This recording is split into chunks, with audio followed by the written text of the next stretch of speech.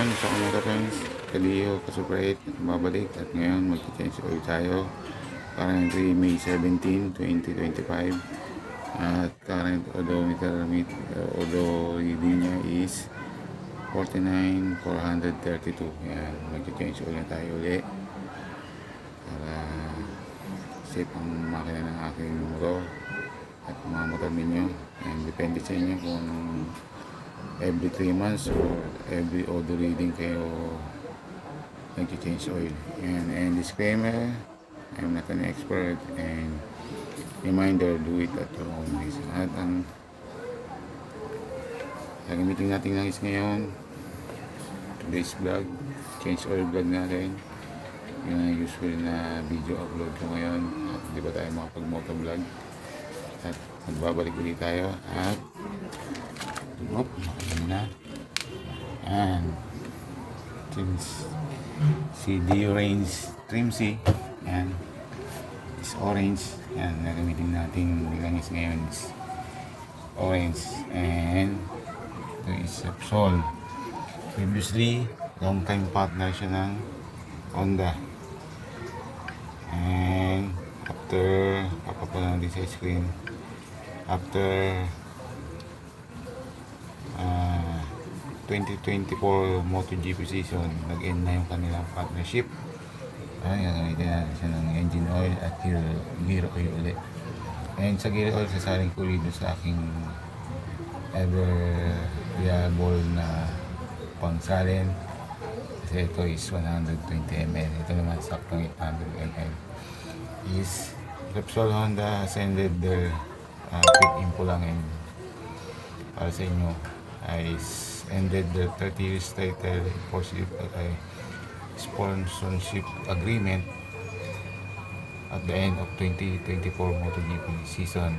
And Honda MotoGP team, formerly known as Repsol Honda, will be called Honda HRC in 2025.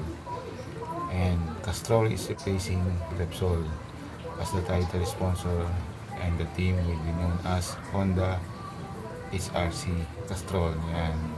Kaya try natin itong Repsol, and previously na-try ko ito sa aking Impo Super 8, pero walang silang gear oil. Hindi, wala pa kasing package nun dati. Ito package na nabili, and sasaling ko muna itong gear oil dito. 100 ml lang gagamitin natin, kaya lagay natin ulit. And sasaling ko lang din dito is sa pagkakaano sa label niya is straight from Spain siya. Ayan, Madrid, Spain. Mendes Alvaro 44, Madrid, Spain. And kanyang ano is API SL Jaso MB or Jaso T903 2023 MB. Ayan. And motorcycle oil Ridermatic MB 40 NW30. Ayan. Lubricant for 4-stroke engine. It's low friction formula. Tama ba? Low friction formula. Optimizing power output of the engine while also reducing fuel consumption for use in Matic scooter only. Yan. Balikan ko kayo, sasaling ko lang yung gear oil. And hindi ko lang sure kung paano mo i-check yung authenticity nito at kung sa ibang mga nagamit ko ng is meron siyang authenticity. So far authorized seller naman yung binilan ko nito. So authentic to, at meron naman din siyang yan mga diesel code.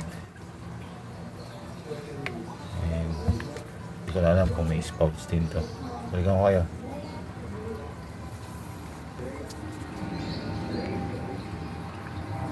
Confirm, 120 ml siya, may sobra pa. Ayan, nasali ko na dito sa aking pansalin. Ayan, 100 ml na gear oil ng, hindi ko lang sabi sa inyo ito, Repsol gear oil motorcycle oil qualifier transmission 8W90 120 ml. Hindi ko na alam kung Madrid-Spain din to, mukhang Madrid-Spain din sa gawa and manufacture. Yan ko na lang din. And confirm din to na original siya. Meron din siyang spouts katulad sa mga nagamit ko. Yan. Kasali na tayo. And yan. Hindi na tayo mahirapang mag 900 ml to. Double check lang natin kung seal na yung mga ating silyado na. Kasali na tayo. At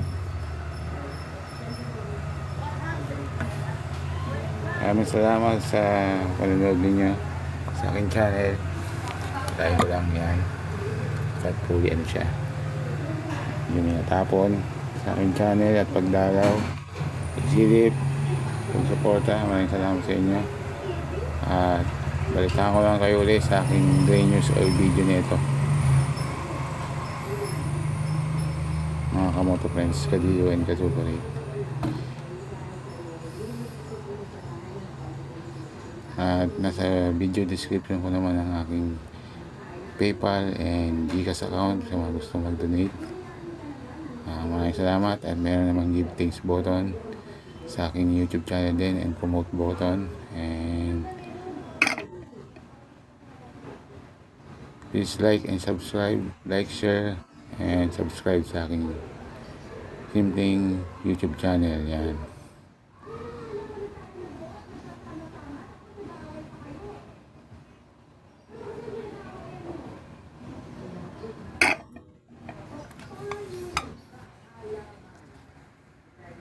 Noon, video lang, pakita ko lang sa inyo ang pagsalin ng gear oil ko using Repsol.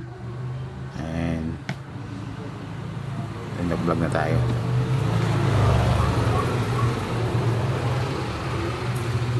At maraming salamat ulit sa mga subscriber ko, sa mga dumadalaw, misilip, at nagsasubscribe na rin. Maraming salamat. At God bless sa inyong lahat. And ride safe sa mga kamoto friends, Kadiyo and Kasuparit ko.